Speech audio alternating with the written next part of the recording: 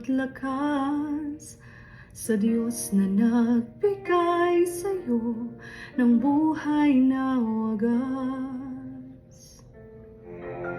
Ang pag-ibig niya'y banal, patuloy mong nakakamtan.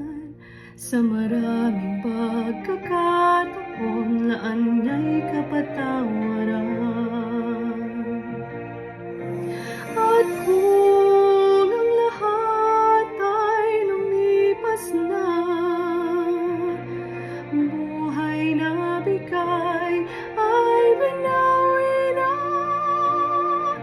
Kailan pa kaya maglilingkod sa Diyos? Itong sandali ngayon na.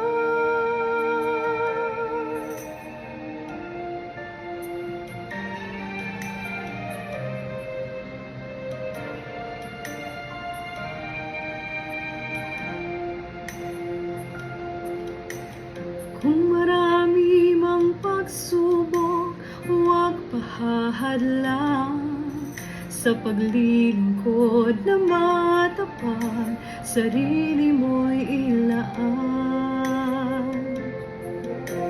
Kaya tumanaw sa pangako, kasama ang kagantihan.